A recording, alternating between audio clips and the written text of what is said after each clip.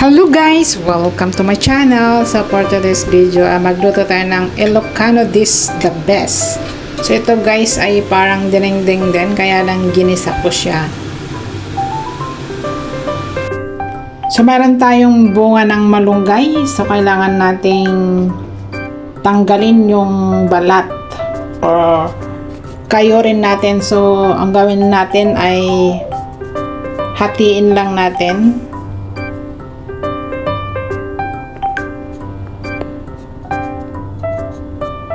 So yung ibang mga nagluluto nito ay hindi na tinatanggal yung balat, pero pwede rin tanggalin na ganito para mas madaling lutuin at madaling kainin.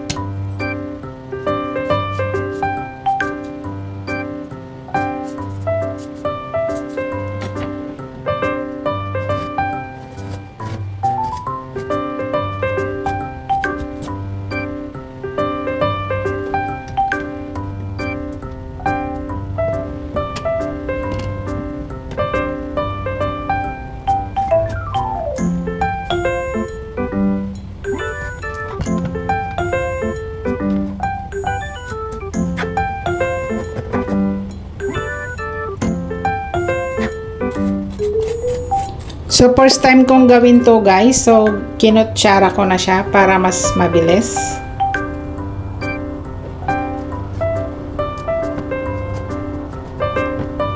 At ito ang kinalabasan, so ito na yung bunga ng malunggay.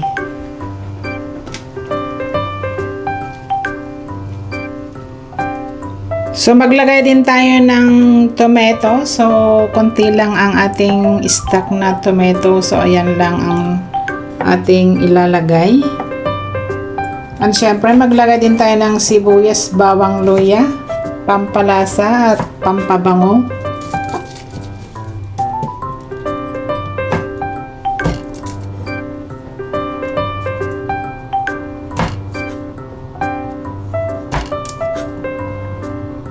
At dahil wala tayong pansahog, so igisa natin para maging masarap.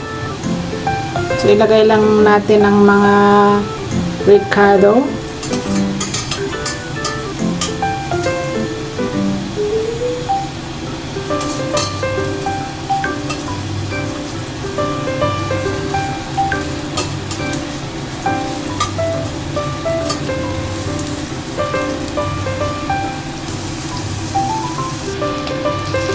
So ilagay na natin yung konting tomato. So, igisa lang natin. At syempre, meron din tayong konting pampaganda na green peas.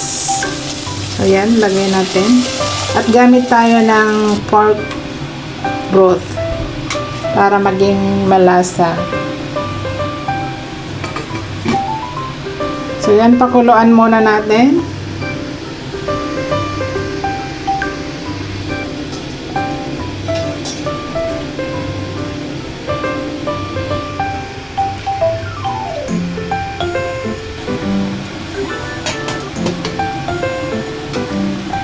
So, ilagay na natin yung ating gulay na okra. And syempre, ang ating malunggay.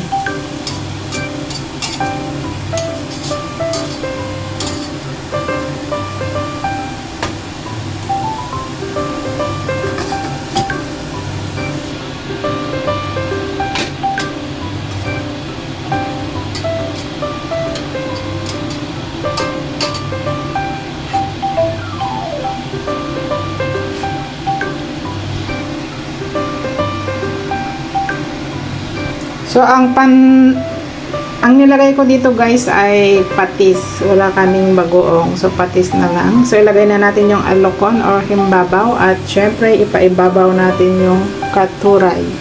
So, lutuin natin hanggang lumambot. So, mayroon na tayong ulam.